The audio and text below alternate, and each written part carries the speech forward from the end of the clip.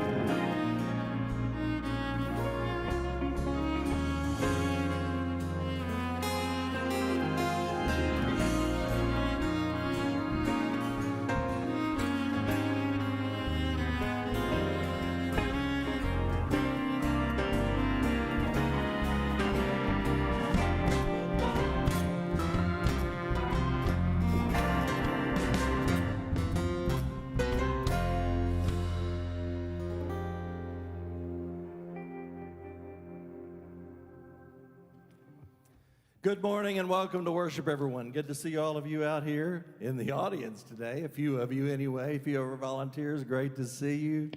I don't know if you can sing through those masks, but please do. And you that are tuning in today, thank you so much for being back with us. We want to sing a song that I believe is really relevant for today called We Believe.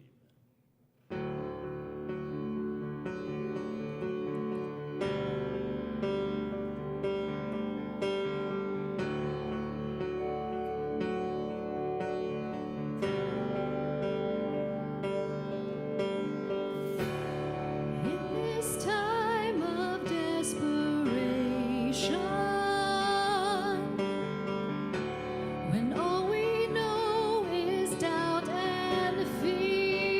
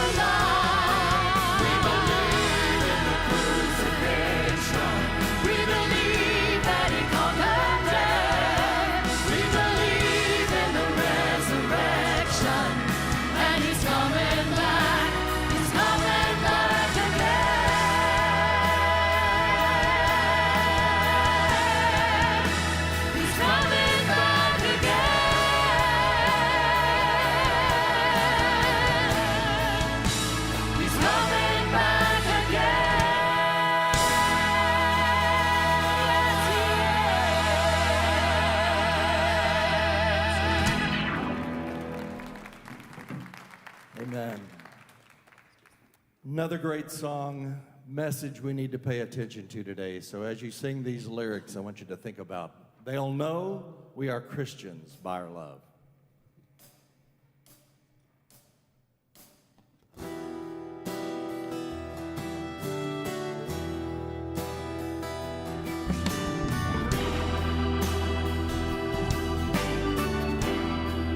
Sing it out. We are one in the Spirit. We are one in the Lord. We are one in the Spirit. We are one in the Lord. And we pray that all unity may one day be restored. And they'll know we are Christians by our love, by our love. Yes, they'll know we are Christians by our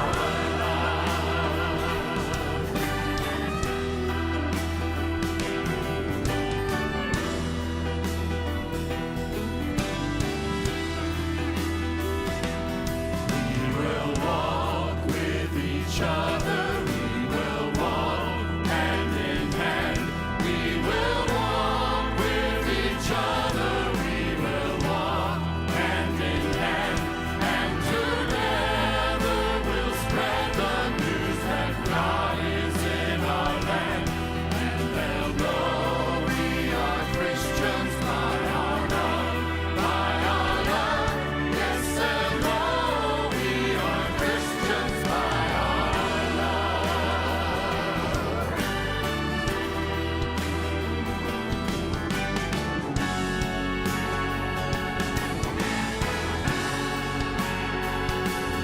We will work with each other. We will work side by side.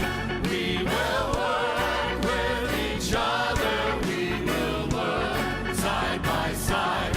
And we'll guard each man's dignity and save each man's pride. And they'll know we are Christians by our love, by our love. Yes, they'll know we are Christians by our love. And they'll know we are Christians by our love, by our love. Yes, they'll know we are Christians by our love.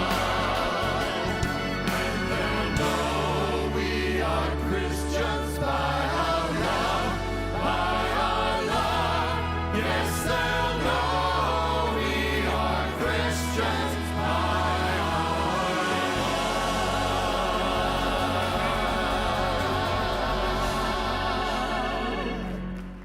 Amen. Morning, Riverbend. It is so good to see.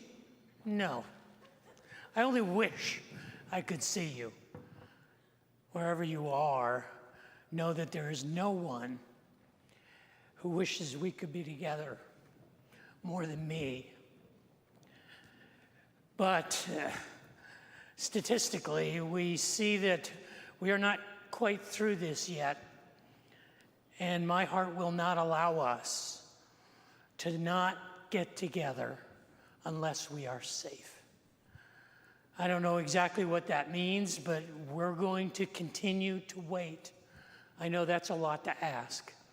And your generosity and your participation online, your participation as we have served our community during this unprecedented time has been remarkable. And so I would only ask for your patience as we evaluate week to week whether or not we are able to go ahead and say it is time for us, with great caution, wearing masks and socially distanced and following all the protocols, to come back together. We have invited a number of key volunteers to join us so that they might start preparing our facility and the cleaning protocols in between our services. But as soon as we are able, we will be gathering together again. In the meantime, thank you so much for all you are doing to continue to represent the grace that we cling to so desperately in this place. There are still many needs in our community, and there are hundreds of you every week who are volunteering to feed and to help people all across Austin. And I would encourage you to continue to engage in that way. And there will be a day, I promise you, when we will be back together. And it's going to be so sweet. But in the meantime, thank you for joining us online. And we continue to believe that there are better days ahead. As we continue to worship, would you join me in prayer? Father in heaven, thank you for the generosity of this community, that even though we can't see each other, we see that generosity every day in our affirmations, our encouragements, our sacrifices, our generosity, and our service. Pray that that spirit would continue to grow, and that sooner rather than later, we will see each other on this campus in worship together. Lord, we look forward to that day, and we wait patiently for it, and we ask for all these things in the name of the Father, and the Son, and the Holy Spirit. And all God's people said, amen.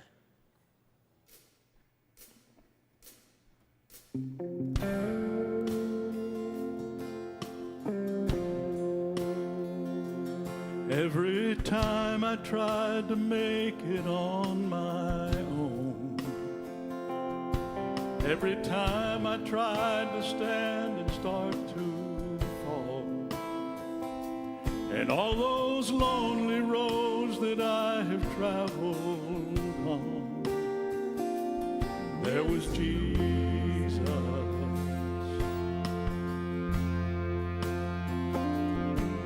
When the life I built came crashing to the ground, when the friends I had were nowhere to be found, I couldn't see it then, but I can see it now. There was Jesus.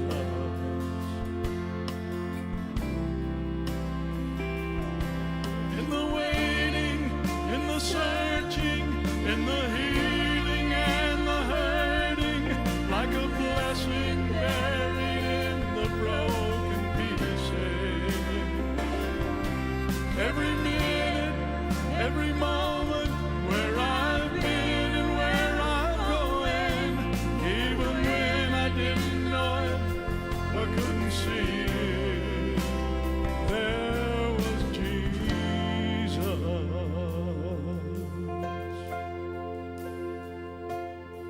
For this man who needs amazing kind of grace, for forgiveness at a price I couldn't pay. Well, I'm not perfect, so I thank God every day. Well, there was Jesus.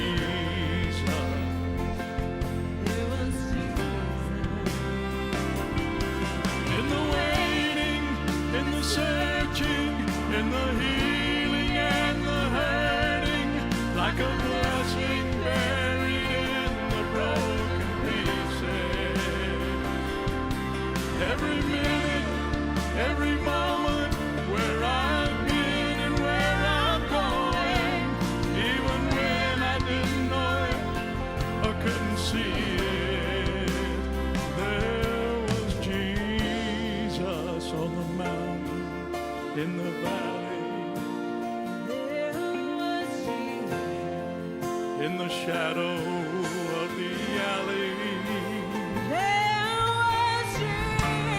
in the fire, in the flood, always is and always was.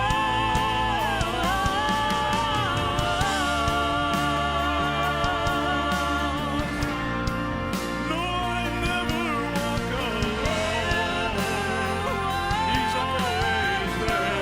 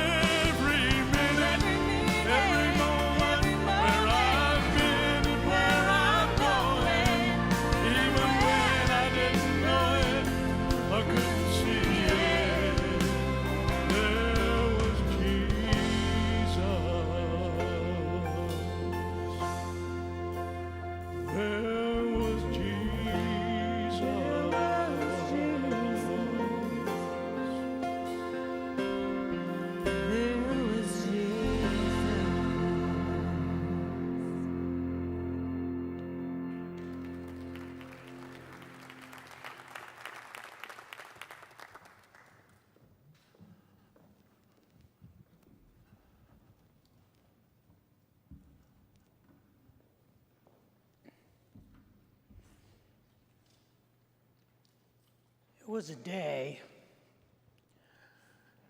that everything changed.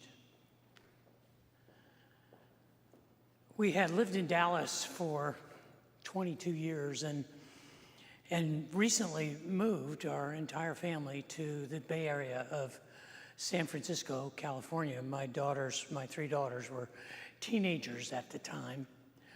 My wife had taken a position teaching school, and I was in the habit of going out before dawn for a run in order to get back to help get my girls ready for their day before I went into the office. And so that was going on that day. It was a normal day.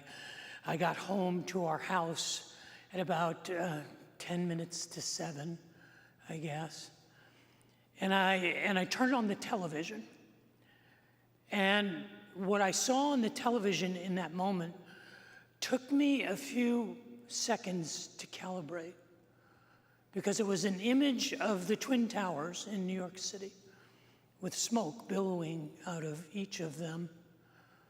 The news commentator said that all of the evidence was that 2 commercial airliners had been intentionally flown into the towers.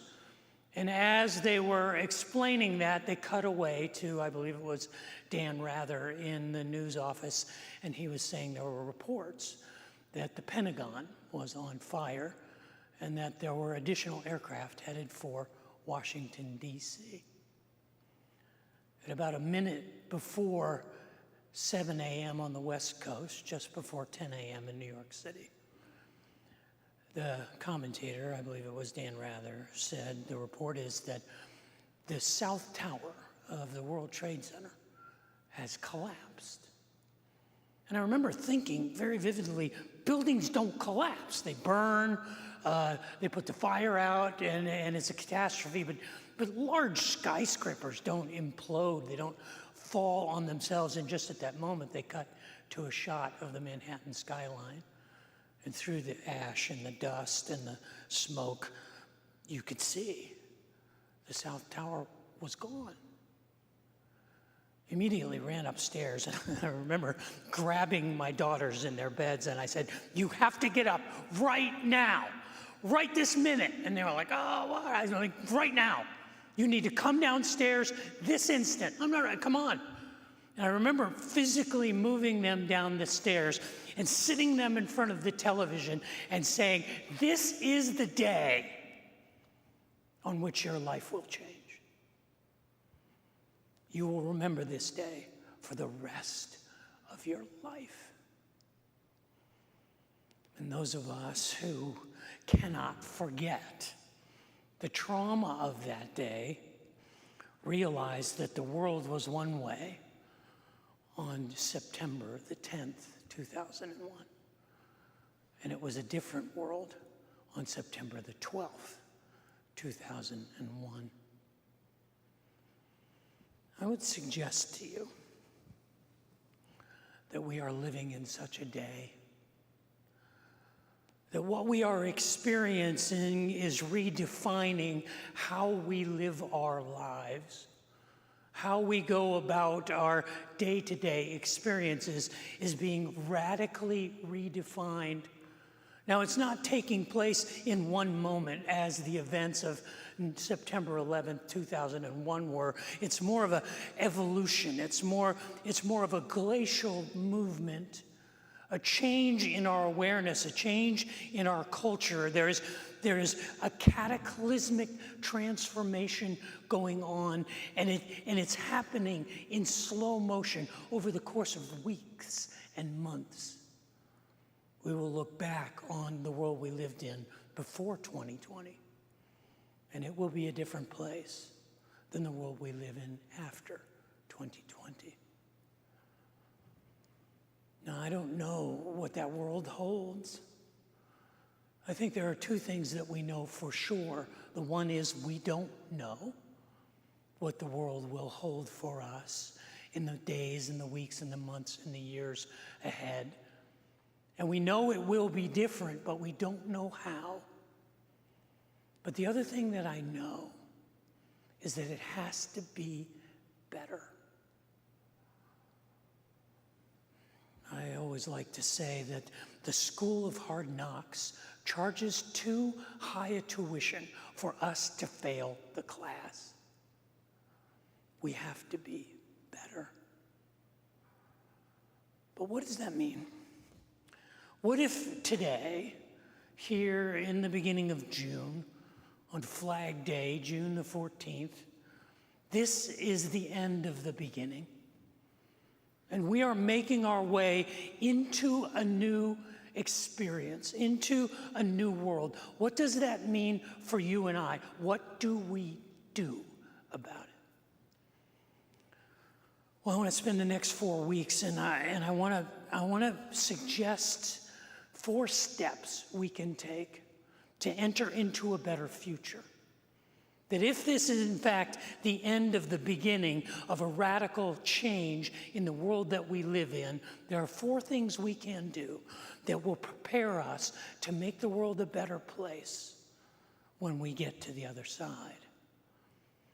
There are 4 simple steps, and the first one is, the first thing we have to do is get up to our knees and stand, and take a stand, and say, from this place, from this day forward, I will not be moved. The first step is to take a stand. The second step is to step out, to put one foot in front of the other and just do the next right thing. We may not know all that will unfold, but we all know what the next right thing is to do. The third thing that we do is we don't quit. We press on. It is exhausting and it is wearying, and we will fall and we will fail. Inevitably, we will find ourselves knocked down again, but don't give up. Don't quit. And the fourth step is celebrate the hell out of it. And I mean that in a theological way. Celebrate at every chance you get, every victory, every good decision. We should be a people who give thanks and who celebrate and rejoice at the drop of a hat, because we need to be that. You see, it's my prayer today for all of us that this would be the beginning of a new day, that we are at the end of the beginning, and that today we would get to our knees and we would stand and we would say, from this day forward, I will move to make the world a better place, to make my life a better expression of hope and grace. I will do what I can, even though I do not know what the future holds. I will take a stand with the one who holds the future. It's my prayer today that there may be some of you who find yourself exhausted and laid out, but today you get to your knees and then you stand. Over the next 4 weeks, I want to tell you a story. It's one of my favorite stories from the Bible. It's set about 3,300 years ago, 1,300 years or so before the birth of Christ. It was a time that the Bible tells us was a period of the judges of Israel. It was the season of about 250 to 300 years between the conquest of the land of Palestine by Joshua and the nation of Israel and the rise of Samuel and the first 3 kings of Israel, Saul, David, and Solomon. In that period of time in between was the period of the judges. The most famous judge, you've probably heard of him, he was Samson. And Samson had a hair thing going on. He also had a mad crush on a woman who was not good for him named Delilah. And that whole thing went badly. My favorite judge, by the way, in case you'd like to know, is a judge named Ehud. And the reason Ehud is my favorite judge is because he's the only person in the Bible who is identified as left-handed. Ehud was the left-handed judge. And there are other judges who you may have heard of. The final judge was a man named Samuel, who was also a prophet. But the period of the judges was the Wild West in Israel. It was not going well. A number of times in the story of the judges, it says this, that during this time there was no king in Israel, and every man did what was right in their own eyes. If that sounds familiar, it places us square in the middle of that time. At some point during this period of the judges, there was a great famine in the land of Israel. Now, we think we understand what a famine is. A famine is when there is no food. I don't mean no food that you want to eat. I mean none. I mean the house pets are gone and your neighbor is starting to look delicious. That's when you're in a famine. And the story that I want to share with you over the next 4 weeks is set in a time of famine in the land of Israel. It tells us that there was a man with a wife and 2 sons who decided that the famine was so great that he would abandon his home in the nation of Israel and go across the Jordan River to live in the land of Moab. The Israelites hated the Moabites. The Moabites were the dirt people. The Moabites were the sons of a man named Lot. If you don't remember who Lot was, he was the guy who made his home in a city called Sodom and Gomorrah. He was the cousin of Abraham. And the people of Moab claimed that they were the descendants of Lot. It's kind of like moving from the hill country of West Austin to the Permian Basin of West Texas. This was not a good move for his family. Why would any good Jewish man do that? Well, it's possible that this man knew, A, his family would starve if they stayed where they were, and B, there was probably income. There was probably trade between the Egyptians to the south and the Persians and the Assyrians to the north that allowed for a trade to be established in the land of Moab, and then he could probably divert some goods to his people in Israel. It was a purely capitalistic decision. The story that's recorded for us tells us that this man's name was Elimelech. It means God is king. Elohim is Melech. God is king. He had a wife named Naomi and 2 sons named Mahlon and Chilion. And they moved to the land of Moab. And they settled there. But as we often experience in seasons of famine, in seasons of dramatic change, the unexpected happened. We don't know how long it was after they arrived in the land of Moab that Elimelech died. Naomi, his widow, was left with her 2 sons, who probably were grown boys at the time. And they either didn't have the means or the desire to leave, so they stayed. The 2 boys, Mahlon and Chilion, wound up marrying 2 hot Moabite women. Now you may say, Dave, where does it say that they were hot? Well, it's in the original language. Well, we don't know, but they married 2 indigenous women from the land of Moab. One of them was named Orpah. That's right, Orpah. Believe me, the Bible didn't spell it wrong. Orpah was the woman's name. The other woman's name was named Ruth. And the story tells us that they lived in Moab for 10 years.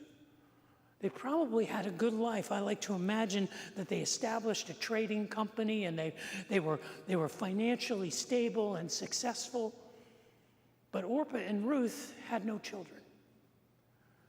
And then the story takes a final tragic turn when it tells us after they had been there for 10 years, both Mahlon and Chilion died. And Naomi, the widow of Elimelech, the mother of Mahlon and Chilion, had no heirs, no descendants, no grandchildren. It says that the word came to her that the famine that they had fled in the village of Bethlehem in the region of Judah, just south of Jerusalem, was over. The Lord was blessing his people with food. And Naomi said, I'm out. It's time to go. And she told her daughters-in-law, if you want to come, you can come with me. but I'm over this place. You know how that feels? Because that's where I am. I am over this COVID thing. I'm just over it. I am done. I mean, you see, this is where we enter the story, where we find ourselves in a world we don't recognize, in a land that is unfamiliar to us, a land that doesn't feel like home anymore, and we're confused about exactly what God is doing among us. And this is where we enter into this story. Because we are sojourning in a foreign land. We are in an unfamiliar time, an unfamiliar place. It was the last week in February that I was anticipating going on our men's retreat. Every year we gather our men, and this year we were going down to Moe Ranch, and I was looking forward to spending time with a couple hundred good men and having a getaway weekend. And the story of the coronavirus and how it was sweeping through Europe and making its way into the United States was bearing down on us. Do you remember that? It was just a few months ago. And out of an abundance of caution, we said we can't plan to go on this men's retreat, and we canceled the men's retreat. And it was the weekend of March the 2nd. That was the last time we gathered in this room. 14 weeks ago. In the days after March 2nd, the reports began to come in, and I remember that week we went from saying, well, maybe we can restructure our services, maybe we can do something, hand out masks, wash hands, and we can care for each other. By Friday, we said, no, we can't pull this off. There's too many unknowns. There's too much at play. There's too much at risk, and we shut it down. In my entire adult life, I have never been away from my spiritual family for this long. And it feels like we're sojourning in an unfamiliar land, in an unfriendly place. And it's here, in this unfamiliar place, in this foreign land, that a woman of no reputation, a woman who should have been folded into the pages of human history like billions of others, a Moabite woman shows us the way through. It doesn't make sense. It is illogical that this young Moabite woman would be the one to show us how to navigate through this great uncertainty, but she is the one who does. The rabbinical tradition, many of the ancient rabbis believe that Ruth was in fact a Moabite princess. But there's absolutely no evidence of that. In fact, the evidence is to the contrary. She was just as anonymous as every other woman who lived in Moab at that time. We know very little about her. We know very little about her legacy or her heritage. We simply know that she married into the family of Elimelech and Naomi and Mahlon and Gilead. She should have gone completely unnoticed. You know why? Because she was a woman. And I know it's very politically incorrect to say that, but you realize in most of the world, for most of human history, women are marginalized. It's only the sensibilities that we have fought to develop over the last few generations in our country where we actually recognize the priceless value of women. But 3,300 years ago, nobody tells a story about a woman. The woman is not the hero. Of all of the books in the Bible, there's only 2 that are named for women. One was a queen named Esther, and the other one is this woman, Ruth. Not only was she a woman, she was a foreign woman. She was a Moabitess. These were dirt people. These were people who worshiped Shemash, the fish god. And it was a landlocked country. How much sense does that make? There were no fish in the country. And they worshiped Shamash, the fish god. She was a Gentile, foreign woman with no children.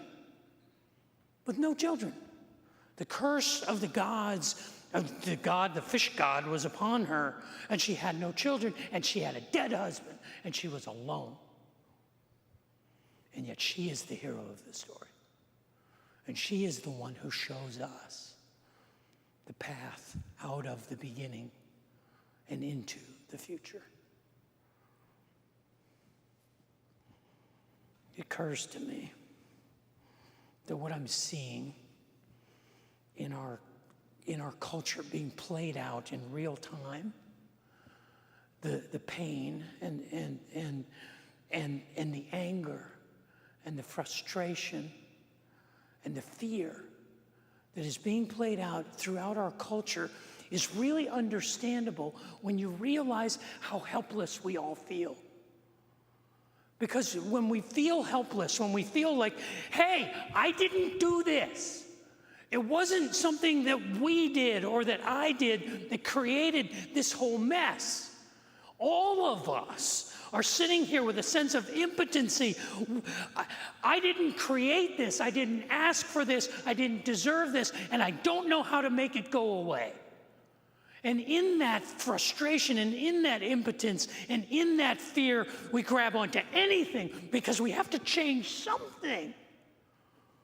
And so the things that we have kind of ignored or passively aggressively kind of pushed to the side, now we've got to do something about them. We have to do this. We have to fix these things. And I totally understand the rage and the confusion and the acting out that we are seeing in our culture because we are in a place where we feel helpless. That's exactly the place where Ruth was. That's exactly the place where Naomi was, her mother-in-law. Her mother-in-law left their home in Moab, whatever goods they could take, they packed up, and Orpah and Ruth and Naomi began the journey back to Judah, back to the village of Bethlehem to see if there might be a future there. But as they were making their journey there, Naomi realized that there was nothing there for her daughters-in-law. They had no grandchildren. There were no men there who would marry them. She was too old to have another son, and what, would they wait until that son grew up and then they would marry that? There were no self-respecting Jewish men who would marry these Moabite women. No matter how hot they were, they wouldn't get married to a Jewish boy. So she finally comes to her senses and she says, you need to stay. You need to go home to your families. And I pray that God takes care of you. I'm not rejecting you. I'm just saying that's the safer choice. And it turns out that Orpah says, yes, you're right. My future is back with my people. But it's here, in this moment, that Ruth says, no, here with you, I will make my stand. And she makes one of the most beautiful confessions of faith that we have recorded in the entire Bible. She says to Naomi, don't beg me, don't urge me, don't force me to leave you or to turn back from you. Because wherever you go, I will go. Where you stay, I will stay. Where your people are, your people will be my people, and your God will be my God. Where you die, I will die, and there I will be buried. And may the Lord crush me and deal with me ever so severely, if even death separates you and me. And after all of the challenges and all of the difficulty, there on the way to Judah, out of the country of Moab, Ruth says, here I make my stand. I may not know what the future holds, but I believe there is one who holds my future, and I stand there.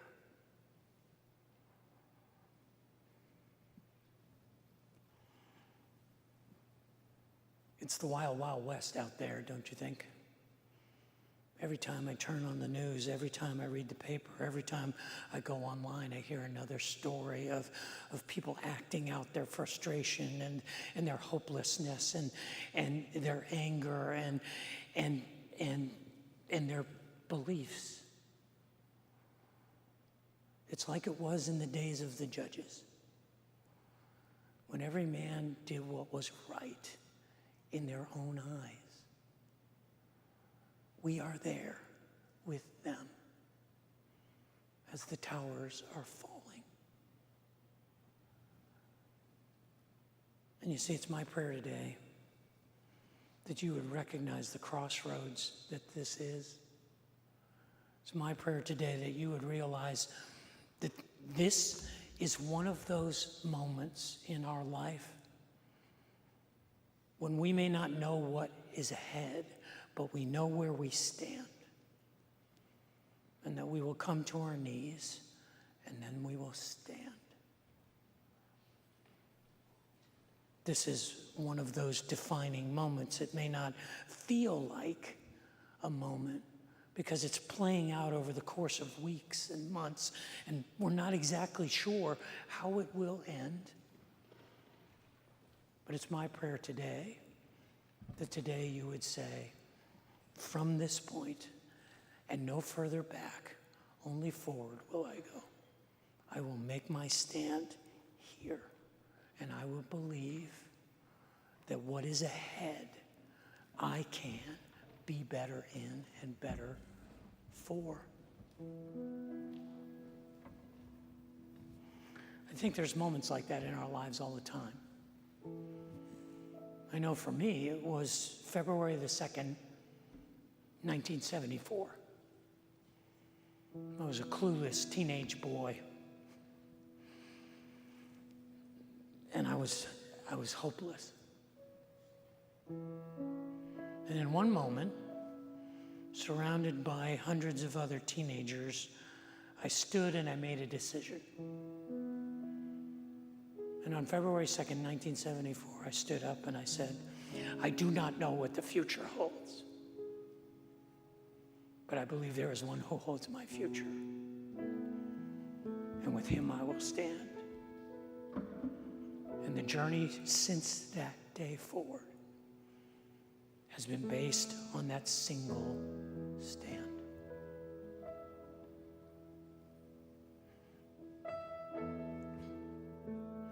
It was a day that my life changed. There was my life before that day, and there has been my life since that day. I believe that today and these days are such days, and that while we may not know what the future holds, there is one who holds our future. And I would invite you today to consider making this day the day that changes everything.